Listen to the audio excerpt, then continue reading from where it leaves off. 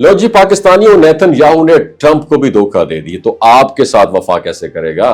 दुनिया की सियासत में बाज़ औक़ात ऐसे मोड़ आ जाते हैं जिन पर लोग हैरान रह जाते हैं और एक दिन ये सब कुछ तय लगता है कि अगले दिन हालात बिल्कुल यकसर बदल जाते हैं।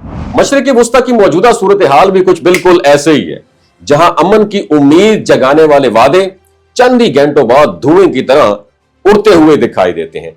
गुज़श्ता रोज व्हाइट हाउस में एक अहम प्रेस कॉन्फ्रेंस के दौरान अमरीकी सदर डोनाल्ड ट्रंप ने इसराइली वज़ीर आज़म के साथ मिलकर गजा और वेस्ट बैंक के लिए एक जामे अमन मंसूबा पेश किया और इस मंसूबे में मुस्तकिल जंगबंदी, इजरायली फौज की बतदरीज वापसी, इंसानी हमदर्दी की बुनियाद पर इमदाद की फराहमी और मग़वियों की रिहाई और बिलाखिर दो रियासती हल की बुनियाद रखने वाले जदीद नुकात भी शामिल थे। दुनिया के कई बड़े मुस्लिम ममालिक ने उसे एक तारीखी मौका करार देते हुए वेलकम कहा। पाकिस्तान, सऊदी अरब, टर्की, उर्दन, मिस्र, इंडोनेशिया और मुत्तहिदा अरब अमारात ने मुश्तरका एलामिये में इस मंसूबे की हमायत भी कर। मगर नादरीन, हैरानकुन तौर पर सिर्फ चंद घंटों बाद इजरायली वज़ीर आज़म नेतन्याहू ने इस सारे अमल को यकसर मुस्तरद कर दिया। उनका कहना था फलस्तीनी रियासत पर कोई बातचीत या इत्तफाक राय नहीं हुआ और इजराइल मुस्तकबिल में भी इसी तस्वर को कबूल नहीं करेगा। यूं अमन मंसूबे की असल रूह ही खतरे में पड़ गई, क्योंकि ट्रंप के पेश करदा खाके में आजाद फलस्तीनी रियासत का तज़किरा मौजूद ही नहीं था। असल बात यह है कि ट्रंप यह खेल अमन नोबेल इनाम जीतने के लिए खेल रहा है, जिसमें नेतन्याहू ने उसे धोखा दे दिया और यह यू टर्न ना सिर्फ ट्रंप इंतजामिया के लिए बहुत बड़ा झटका है, बल्कि मुस्लिम दुनिया के लिए भी एक सवालिया निशान बन गया है। क्या इजराइल किसी भी कीमत पर फलस्तीन को रियासती हैसियत देने से इनकारी है? और अगर ऐसा है तो फिर अमन जो अमल है उसकी असल बुनियाद कहां खड़ी होगी?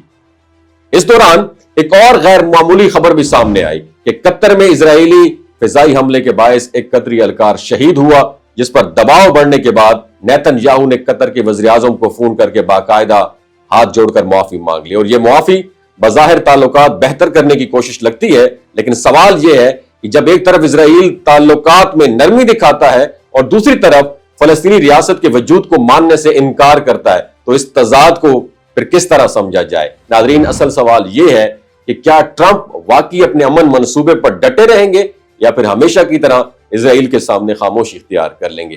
क्या अमेरिका इजराइल को पीछे हटने पर मजबूर करेगा या फिर यह मंसूबा भी तारीख के औराक में एक नाकाम कोशिश के तौर पर दर्ज हो जाएगा? और सबसे बढ़कर, क्या नेतन्याहू अपनी अंदरूनी सियासत और इंतहा पसंद तबकात को खुश करने के लिए हर बार अमन की राह में रुकावट बनते रहेंगे? यह हकीकत सबके सामने है कि मशरिक़ वुस्ता का अमन महज कागजी वादों से मुमकिन नहीं है। अगर दुनिया वाकई एक पायदार हल चाहती है तो फलस्तीनी रियासत के तस्वर को तस्लीम करना नागुज़ीर है, वरना यह खित्ता हमेशा तनाज़ात की आग में जलता रहेगा और अमन की उम्मीद बार बार टूटती रहेगी। आपकी क्या राय है? नीचे कमेंट सेक्शन में जरूर बताइएगा। ये जो गिलगित बल्तिस्तान के लोग होते हैं ना, इनकी एवरेज उम्र 90 साल से भी ज्यादा होती है। You know why? क्योंकि ये लोग शलजीत इस्तेमाल करते हैं। शलजीत के अंदर 85 मिनरल्स होते हैं। अगर आप चीज़ों को जल्दी भूल जाते हैं, मर्दाना कमजोरी महसूस करते हैं, औलाद जैसी नेमत से महरूम हैं और आप स्पर्म काउंट आपके कम है, टेस्टोस्टेरोन हार्मोन इम्बैलेंस है, आप सदाबहार जवान नजर आना चाहते हैं, खून की कमी को दूर करना चाहते हैं, हड्डियों जोड़ों के दर्दों से निजात हासिल करना चाहते हैं, मोटापा कम करना चाहते हैं, तो डॉक्टर असद महमूद की प्योर एंड नेचुरल शलजीत ज़रूर इस्तेमाल करें। एक बात आपने दिमाग की खिड़कियों को खोल के अपनी सुननी है, हमेशा ऑर्गेनिक और कुदरती चीज़ों का इस्तेमाल करें। केमिकल वाले फूड सप्लीमेंट खुदारा इस्तेमाल नहीं करने।